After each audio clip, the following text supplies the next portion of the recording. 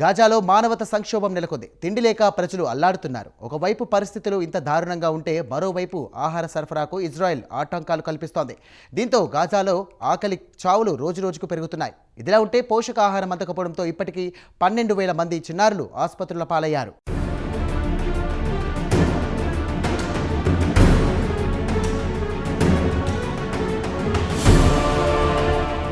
Gaza ప్రాంతాన్ని చూసిన వారెవరికైనా కన్నీళ్లు రాకమానవు. ఇజ్రాయెల్తో యుద్ధం ప్రారంభం కాకముందు ప్రజలతో గాజా ప్రాంతం కిటకిటలాడుతూ ఉండేది. అయితే ఇజ్రాయెల్ సైనిక దాడులు ప్రారంభమయ్యాక గాజాలో పరిస్థితులు మారిపోయాయి. మెల్లమెల్లగా గాజా ప్రాంతం జీవం కోల్పోవటం మొదలైంది. ఇప్పుడైతే గాజా ప్రాంతం ఒక వల్లకాడును తలపిస్తోంది. ఎటు చూసినా ఆకలి కేకలే వినిపిస్తున్నాయి. తిండిలేక అల్లాడుతున్న ప్రజలే కనిపిస్తున్నారు.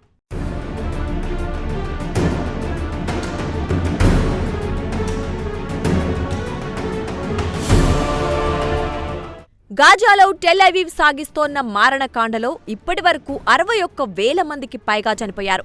వీరిలో సగానికి పైగా చిన్నారులు, మహిళలే ఉండటం గమనార్హం. ఒకవైపు గుప్పెడు మెతుకుల కోసం జనం అల్లాడుతుంటే మరోవైపు గాజాకు ఆహారం సరఫరా కాకుండా ఇజ్రాయెల్ అడ్డుకుంటోంది. దీంతో తిండి లేక గాజా ప్రజలు పిట్టల్లా రాలిపోతున్నారు.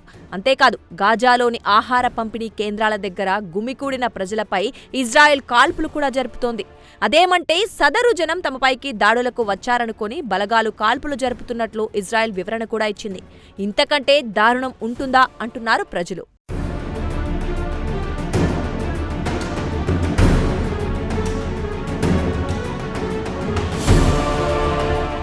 హమాస్ అంతమే ధ్యేయమంటూ దాదాపు 22 నెలల కిందట గాజాపై దండెత్తిన నెతన్యాహు అక్కడ ఎడతెగని జాతి హరణం కొనసాగిస్తున్నారు. ఇప్పుడు మరోసారి హమాస్ కోరలు పీకే నెపంతో నెత్తురు పారించడానికి సిద్ధమవుతున్నారు. దీంతో గాజాలో మానవతా సంక్షోభం మరింతగా తీవ్రతరమయ్యే అవకాశాలున్నాయి. దీనివల్ల యావత్ ప్రపంచం ముందు ఇజ్రాయెల్ తలదించుకోవాల్సి వస్తుందని ఆయన సైన్యాధికారులు హెచ్చరించారు. అయినా వారి మాటను బేఖాతరు చేస్తున్నారు ప్రధాని నెతన్యాహు.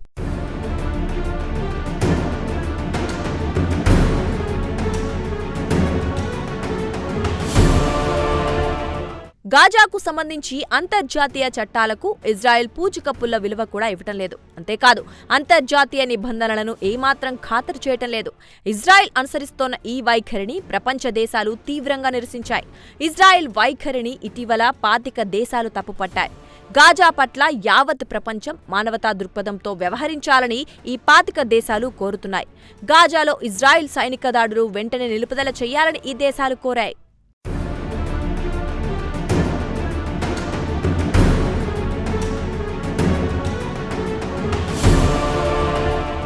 ఇటీవలి కాలంలో పాలస్తీనాకు ప్రపంచవ్యాప్తంగా మద్దతు పెరుగుతోంది. పాలస్తీనాకు ప్రత్యేక దేశంగా గుర్తించే దేశాలు క్రమేపీ పెరుగుతున్నాయి. గాజాపై 22 నెలలుగా జరుగుతున్న ఇజ్రాయెల్ దాడులకు వెంటనే ఫుల్ స్టాప్ పడాల్సిన అవసరముందని బ్రిటన్ అభిప్రాయపడింది. ఇందుకు కాల్పుల విరమణే అసలైన పరిష్కారమని బ్రిటన్ పేర్కొంది. ఈ మేరకు సానుకూలంగా స్పందించాల్సిన బాధ్యత ఇజ్రాయెల్పై ఉందన్నారు బ్రిటన్ ప్రధాని కీర్ స్టార్మర్. అయితే తమ డిమాండ్కు ఇజ్రాయెల్ అంగీకరించకపోతే పరిస్థితి వేరేగా ఉంటుందన్నారు కీర్ స్టార్మర్. అంతిమంగా సెప్టెంబర్లో జరిగే ఐక్యరాజ్యసమితి సమావేశంలో పాలస్తీనాను తాము ఒక ప్రత్యేక దేశంగా అంగీకరిస్తామని బ్రిటన్ ప్రధాని కీర్ స్టార్మర్ హెచ్చరించారు. ఇటీవల బ్రిటన్ కేబినెట్ సమావేశం జరిగింది. ఈ సమావేశంలో పాలస్తీనా వివాదం తెరమీదకు వచ్చింది. దీంతో పాలస్తీనా వివాదంపై బ్రిటన్ వైఖరిని కీర్ స్టార్మర్ బయటపెట్టారు. పాలస్తీనాకు బ్రిటన్ అండగా ఉంటుందని కీర్ స్టార్మర్ వెల్లడించారు. ముందుగా సీజ్ ఫైర్ జరగాల్సిన అవసరముందని చెప్పారు. అలాగే గాజా వాసులకు అవసరమైన ఆహార పదార్థాల సరఫరా సరిగా జరగాలని పేర్కొన్నారు. తిండి లేక గాజా వాసులు పిట్టల్లా రాలిపోతున్నారని కీర్ స్టార్మర్ ఆవేదన వ్యక్తం చేశారు.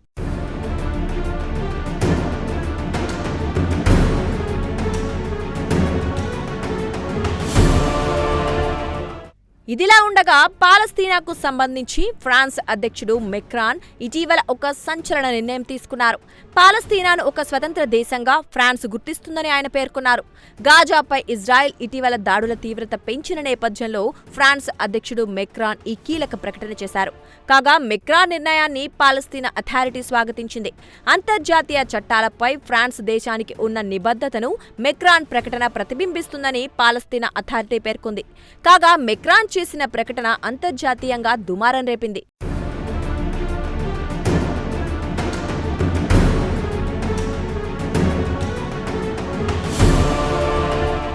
కాగా పాలస్తీనాకు భారత్ కూడా అండగా నిలబడింది. గాజా అంశంపై పాజిటివ్గా స్పందించింది భారత్.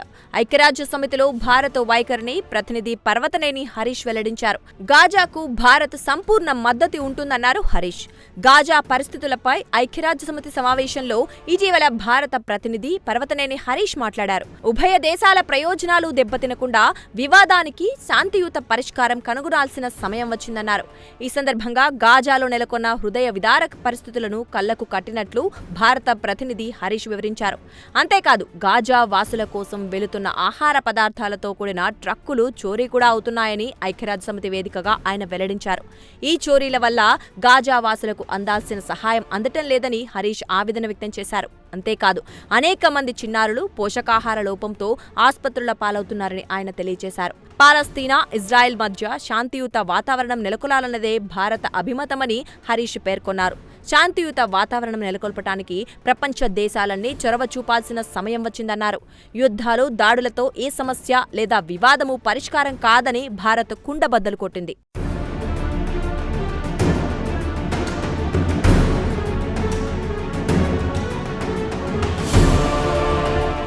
హిట్లర్ జాత్యహంకారానికి దాదాపు 60 లక్షల మంది యూదులు బలయ్యారు.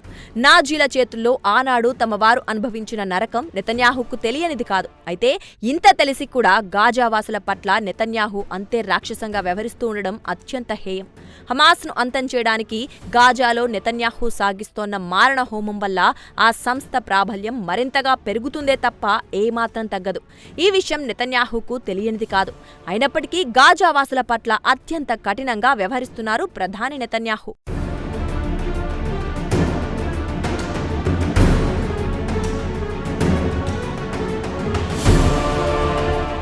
ఇక్కడ అమెరికా అధ్యక్షుడు డొనాల్డ్ ట్రంప్ను కూడా తప్పుపట్టాల్సిన అవసరం ఉంది. తాను అధికారంలోకి వస్తే ఇజ్రాయెల్తో యుద్ధ విరమణ చేయిస్తానని గొప్పలు చెప్పుకున్న డొనాల్డ్ ట్రంప్ ఇప్పుడు ప్లేట్ ఫిరాయించారు. దీంతో అగ్రరాజ్యమైన అమెరికా అండ చూసుకొని నెతన్యాహు పేటరేగిపోతున్నారు. గాజా పరిస్థితి నానాటికే విషమిస్తున్న నేపథ్యంలో కాల్పుల విరమణ ఒప్పందానికి నెతన్యాహును ఒప్పించడానికి అంతర్జాతీయ సమాజం ఒత్తిడి పెంచాలి. ఆకలి దప్పులతో అనారోగ్యంతో అల్లాడుతున్న గాజా వాసులకు మానవీయ సాయం అందించడానికి తగిన మార్గాలు అన్వేషించాలి.